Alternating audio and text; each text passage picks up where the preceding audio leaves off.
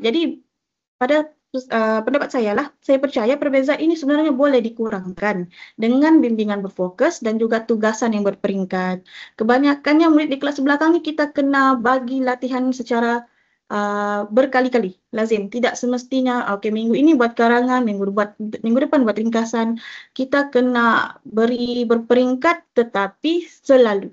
Okey, murid lemah ni juga saya sering beri aktiviti menyusun ayat mengikut urutan perenggan sebelum mereka menulis ayat sendiri. Saya juga menggunakan model karangan mudah, contohnya menggunakan teknik nisab dan sebagainya sebagai panduan struktur. Untuk murid kelas hadapan, kadang-kadang saya akan beri cabaran tambahan. Contoh, memperindahkan karangan itu menggunakan ungkapan yang menarik yang tidak pernah digunakan oleh kelas-kelas sebelum ini, ataupun kita berikan 5 minit pembacaan karangan-karangan cemerlang tahun-tahun lepas agar mereka ini boleh meningkatkan lagi kosakata. Pendekatan ini mampu untuk memastikan setiap murid itu berkembang mengikut potensi masing-masing tanpa rasa ketinggalan sama ada itu adalah kelas hadapan ataupun kelas belakang.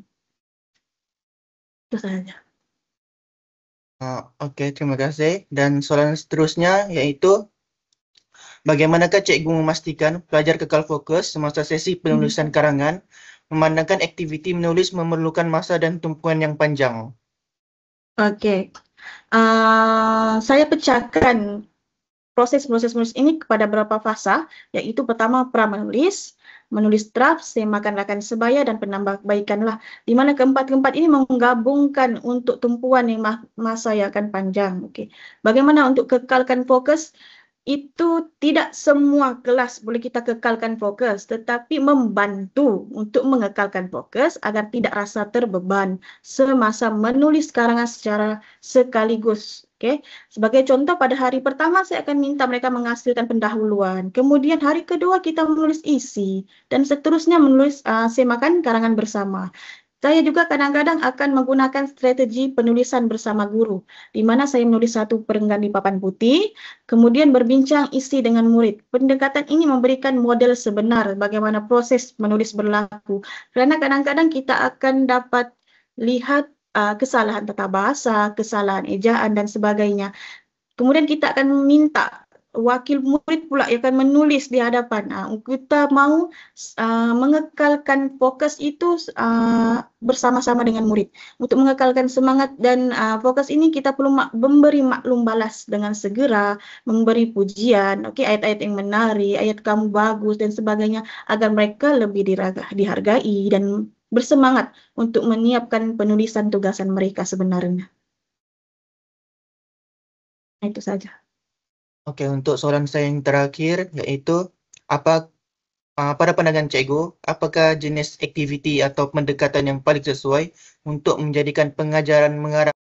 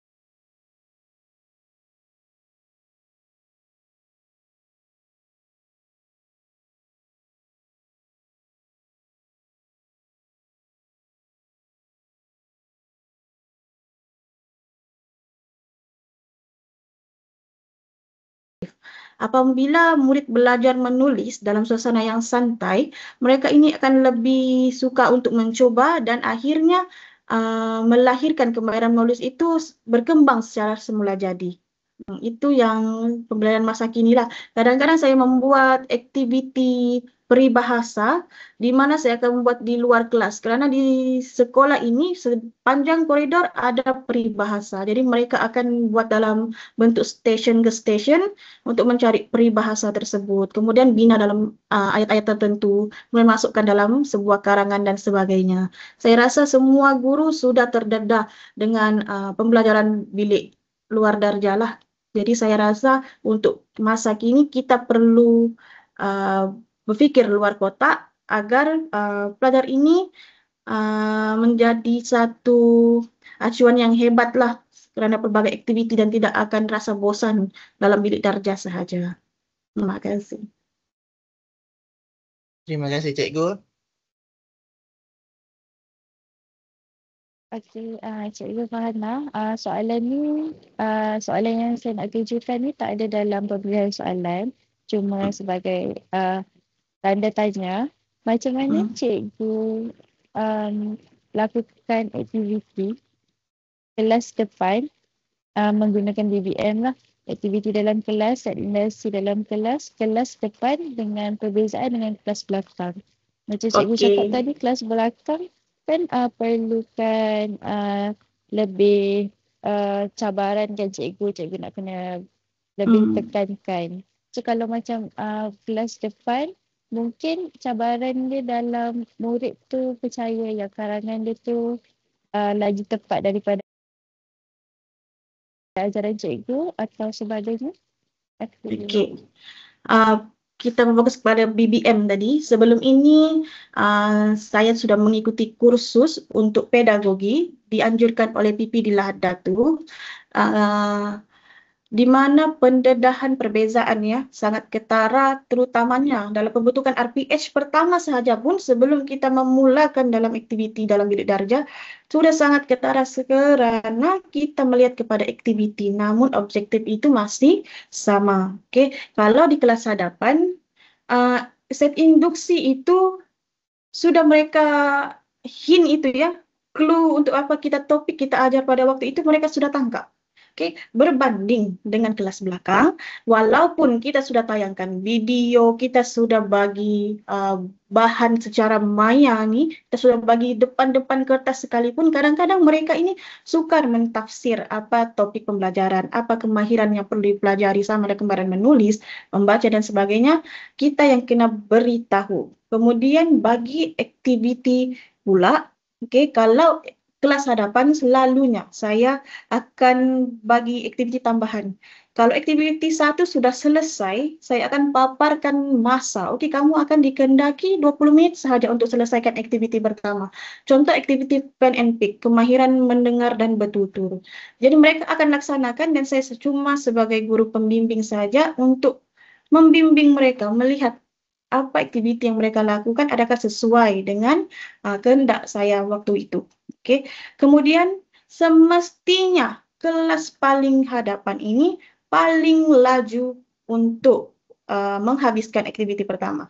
Jadi sebagai seorang guru, saya sudah akan ada backup untuk aktiviti kedua dan ketiga kerana masa mengajar saya belum habis. Jadi untuk mencapai itu pula saya akan buat aktiviti seterusnya. Kita kena pandai. Okey, kalau kemarin mendengar betul-betul aktiviti satu sudah habis, apa perlu saya lakukan? Apa tindakan saya? Saya akan buat contoh aktiviti hot seat. Kita akan panggil orang ke hadapan, orang lain mengajukan soalan dan sebagainya. Tetapi untuk kelas belakang, belum tentu aktiviti 2 dan 3 itu terlaksana. Jadi cuma fokus saya pada waktu itu, set induksi sahaja sudah berbeza. Kerana kadang-kadang saya yang akan menerangkan apa clue itu dan juga aktiviti pertama sahaja sukar untuk dihabiskan pada waktu itu. Dan kekangan untuk kelas-kelas belakang juga ialah mereka ini sukar dikawal. Terutamanya kelas belakang bilangan murid yang ramai, kemudian kemahiran membaca murid-murid masih di tahap yang sederhana, kawalan kelas yang sukar untuk dikawal kalau aktiviti berkumpulan itu terlalu ramai. Jadi tidak ada pantauan. Bila kita tengok kanan saja, kiri sudah bergaduh. Jadi bagaimana seorang guru itu untuk memastikan kelas depan BBM dan sebagainya, sebenarnya BBM itu boleh sama, tetapi aktiviti pada waktu itu adalah berbeza-beza. Sebab itu ada pembelajaran terbeza. Mungkin objektif bagi kelas belakang sama. Kumpulan 1 dan 2 di tahap yang sederhana. Kita boleh buat aktiviti 1 dan 2, tetapi pembelajaran terbeza masih mencapai objektif yang sama. Kumpulan 4 dan 5 dan 6 ini kita buat aktiviti yang mudah, tapi masih menggunakan kemahiran dan objektif yang sama pada waktu itu. Itu saja. Okey, terima kasih cikgu. Last soalan Ya. terakhir. Untuk kelas belakang, macam mana cikgu, contohlah kalau kita buat macam cikgu cakap tadi, cikgu buat writing, lepas tu mungkin ada perbentangan kumpulan. Macam mana cikgu nak kekalkan pelajar yang malu untuk tonjolkan diri? Soalan yang baguslah. Saya sebenarnya kalau dalam bilik darjah, siapa yang senyap, itu yang saya akan pilih. Okey. Kemudian kita ada pentaksiran bilik darjah, PBD. PBD ini perlu dilaksanakan sepanjang tahun untuk memastikan sama ada TP1 kah, sehinggalah TP6. Okey. Bagaimana kita mahu tahu budak itu TP1 hingga TP6 bagi kemahiran mendengar dan bertutur. Okey, kita tengok penulisan. Okey, tulisan mungkin boleh. TP3 dia tahu buat dan sebagainya. Tetapi bagaimana dia seorang yang pemalu? Betul. Kalau dia pemalu, adakah dia mau memberi respon kawan-kawan ajukan soalan ataupun guru-guru? Jadi kita minta dia ke hadapan. Adakah dia mau? Tidak mau. Sebab itu ada sistem ganjaran. Yang pertama sistem ganjaran. Ganjaran tidak semestinya kita akan bagi gula-gula. Siapa mau saya dapat jawab kita akan bagi gula-gula. Tidak.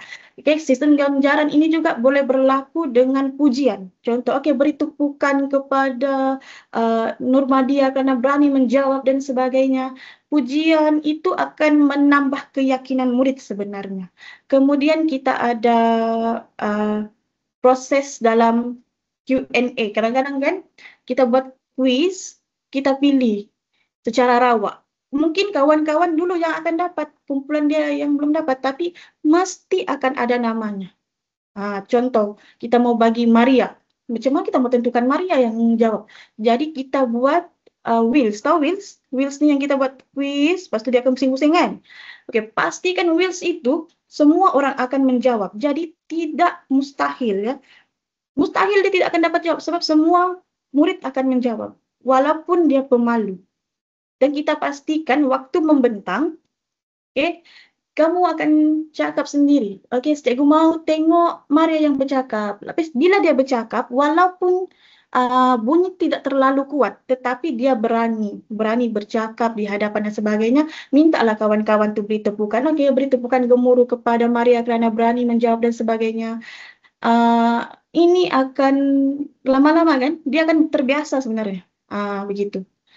Dia akan lebih selesa bila ada kawan, lepas 2-3 bulan kita minta dia bersendirian pula. Begitu. Kalau kita buat soalan, soalan secara terbuka dalam darjah, kita akan ajukan soalan secara terbuka. Siapa berani menjawab? Kalau tiada yang berani menjawab, cikgu yang akan pilih. Mesti ada kelas yang tidak akan sanggup sukarela untuk menjawab soalan guru. Jadi semua akan diam. Biarlah cikgu pilih. Inilah peluang guru. Pilih yang mana merasa pemalu. Gitu. Kemudian secara senyap-senyap lah. Manakan dia berani, kita bagi dia 1 gula-gula hari ini. Dan lama-lama akan jadi kebiasaan murid. Gitu.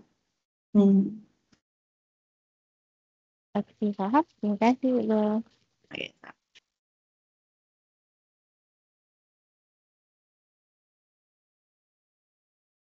Lagi?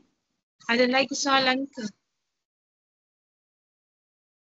Tak ada. Kalau tak ada, okey, terima kasih kepada Cikgu Farhana sebab telah meluangkan masa sedikit bersama kami.